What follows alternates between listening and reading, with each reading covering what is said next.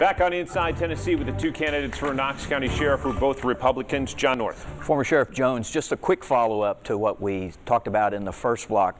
I recognize what you said, but these figures that I've been looking at show we still have had turnover of like 15% at least during years when you were in office. I just wanted to make that clear. And as important, I wanted to know, if you end up winning in May and then become the sheriff, what do you do to improve retention? What do you do to improve hiring? Because then it becomes your problem. Well, as I said before, I think what we have to do is we have to go out and find these officers that have left other departments because their community has not supported them. These officers still have 10, 15, 18, 20 years of work left. Those are the people we ought to be targeting. We ought to be bringing those people in. Now, certainly we wouldn't want to take everybody that applies from the job. We would have to do our due diligence, and we would have to vet each and every one of these officers from another area, but we need to bring them in and start them immediately on the street. We have gotten so far behind now, we can't catch up. And we have to do something now. We have to take drastic measures. Well, let's pivot to another topic. We've got limited time, and I know we wanted to discuss an issue which has been kicking around in the community for a couple years, and that's a federal investigation involving, we know of David Henderson because he was indicted by a grand jury earlier this year, and the allegation which arose from the indictment, and both of you are familiar with this, is that not only was he allegedly sort of mishandling narcotics money and a narcotics credit card, but there were other personnel within the sheriff's office that were helping him on projects.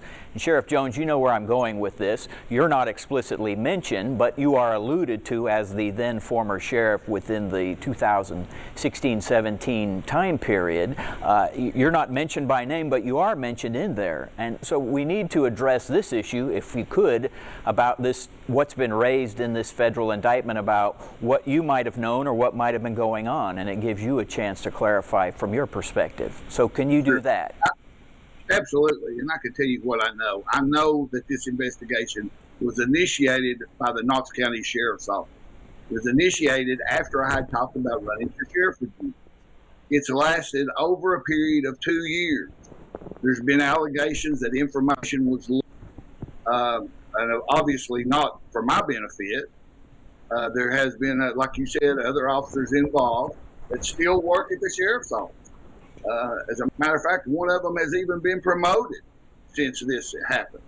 So, and even if you believe in coincidences, the timing of this at best is suspect.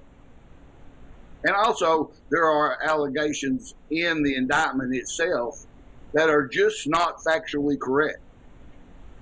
Sheriff Spangler, can you please react? He's raised a number of points. One, we've heard, it's been told to me, I've heard it, I've talked to people at your department that say, well, what about this allegations that people under your administration benefited as well? Can you clarify that, please, sir? I certainly can. I was contacted by the FBI when those allegations came out, evidently either on social media and what have you, and they told me we are going to contact those individuals, and they contacted them. They have vetted those individuals, so I'm satisfied with that right there. But I'm also going to say that come April 5th of 2019 is when I was called to the FBI office, and they had served me with papers and saying, here's what we want from you, and here is what is going on. And obviously, I cooperated and will continue to cooperate with that investigation. And is there any more to add to that by either of you? Sheriff Spangler, I want to stick with you because of the allegations that members of the department were doing work for other members of the department who were outrank them, if you will. Is that appropriate under any circumstances?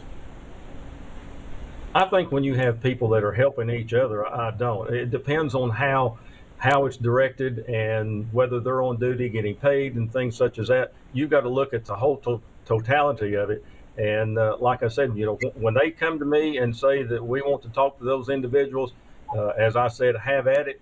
I don't think there's anything here that we need to hide, and I'm certainly not going to pretend that anything is going on. So, Sheriff Jones, your perspective on that question in particular. I would basically agree with what he said. People, firemen and policemen, normally are known for having other jobs, electricians, plumbers, painters, other types of things that they do. And certainly people in the position that are policemen or firemen are going to go to those people and ask them for their advice if they have those types of problems. And if anybody that is a policeman or fireman says they haven't done that, I would disagree with that, because number one, they're your friends. Number two, you don't worry about them having them in your house. Don't bring somebody you know around your family. That happens all the time. So I think that, and I would agree with him again. It depends upon if they're being paid, if they're on duty. There's all kinds of aspects of that. But just to say that because an officer helped out another officer, something was done wrong, I do not believe that. We've got to take a quick break on Inside Tennessee. Back with a final part of our conversation with the two candidates right after this.